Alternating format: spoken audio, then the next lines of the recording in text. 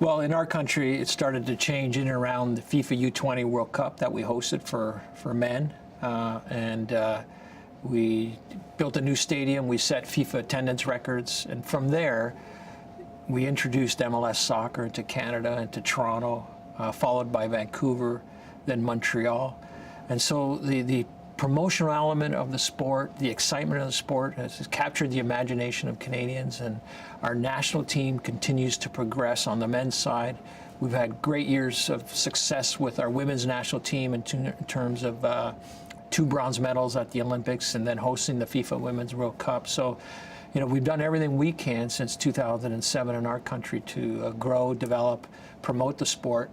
And I think the next evolution, next iteration is from, 2018 to 2026, capturing this bid, capturing the imagination of the country and growing the men's game in our country, expanding the men's game, doing everything we can to heighten everybody's awareness of men's soccer and continue to do what we're doing on the women's side, and bridging that gap to be the #1 sport in our country. It currently is a #1 participation sport, and now we continue to move the needle for it to be more and more from going from participation into performance. As the only G8 country in the world to have not hosted the World Cup, we do believe it's our turn. I think we've done everything we can for FIFA. We've hosted every FIFA major competition World Cup there is, except the Men's World Cup. We've hosted both men's and women's youth competitions and women's senior World Cup.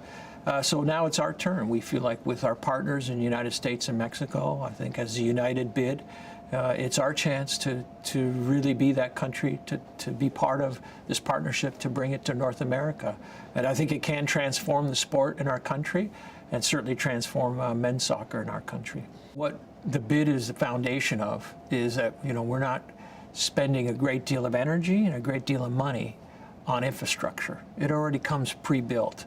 And because it's pre-built, we can concentrate our energies on developing the game, expanding our boundaries through North America, through CONCACAF, and for the world, to show the world that this could possibly be one of the best, if not the best, FIFA World Cups. And it could be on the pitch, it could be off the pitch, and the things that we can do, and just build momentum for the sport from 2018 to 2026, increase participation, increase the growth, increase the promotion of the sport, the potential of over 550 million people within North America to do that, to capture them, to become full-fledged soccer fans for the rest of their lives, is an incredible piece of potential for our sport. In terms of the 10 matches, certainly it's something that our country can host, and we can be very successful with 10 matches.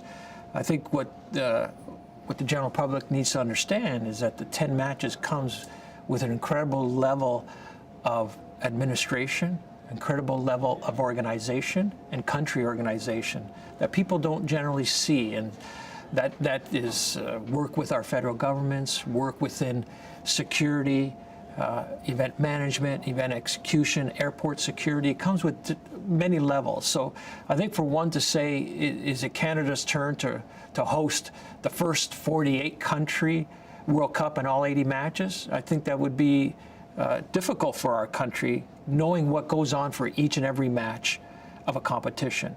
But taking 10 matches is something that is certainly doable within our current infrastructure and our current landscape in our country. And not only is it doable, I think our country, we could do it exceptionally well. So we feel comfortable where we are with the 10 matches. The bid is based on reasonableness in terms of the financial ask, reasonableness that we're not creating any more infrastructure, which then allows us to pump more into the sport, to grow, to develop it from a technical point of view, from a promotional point of view, from a marketing point of view, from an event infrastructure point of view, from a volunteer point of view. I think it gives us enough that we can develop those angles without a tremendous onus of financial responsibility on setting the stage for 80 matches. The 10 matches gives us the liberty to concentrate on the other technical components that we wish to open up our landscape from 2018 to 2026 on men's soccer and continue to develop women's soccer. We're excited to be partnering with U.S. Soccer, with the Mexican Football Federation. We've long considered them as good friends within the soccer world, but I think the three of us together can deliver something for our region of CONCACAF, which I believe as leaders, it's incumbent upon us to continue to invest in the sport, to develop the sport, but I think develop the region, develop the Caribbean area, help our friends in UNCAF by hosting within North America. It gives them the opportunity to be a part of it, and with us being a part of it, giving us an opportunity to help UNCAF, to help our Caribbean, to help all 41 CONCACAF member associations in the development promotion of the game, whether it be boys, girls, men's, women's, senior, youth. I think it's our obligation as a country, if we're hosting a Men's World Cup, to do that for our partners within CONCACAF. I remember when we did host the FIFA Women's World Cup, and the weeks preceding the commencement of the competition, where the world was focused on the FIFA Women's World Cup, and at that time was focused as well on what was happening within FIFA. I think we decided as an organizing committee that we would put the focus back on football, put the focus back on soccer.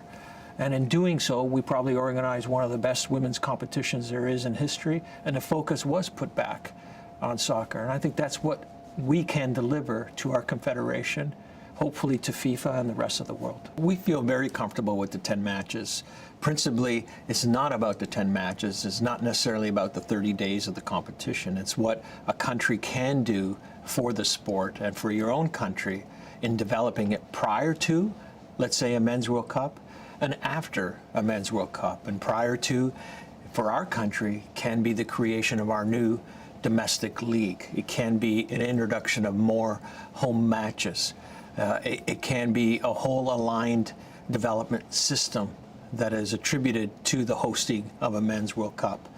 Following that, it's using what the 10 years build-up of the 30 days into the Men's World Cup and sustaining that for long-term legacy. And it could be infrastructure builds in terms of turf fields, much like we did with the FIFA Women's World Cup, when we had 18 artificial turf fields all over the country.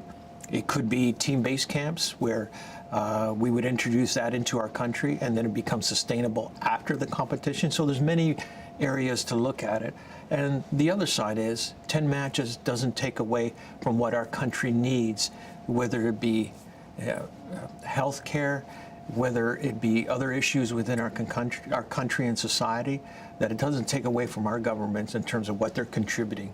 So overall, it's a very positive feel. We are a great partner with the United States and Mexico, but we don't have to be the entire show, because we do get the benefits of the entire competition when we view it in that fashion.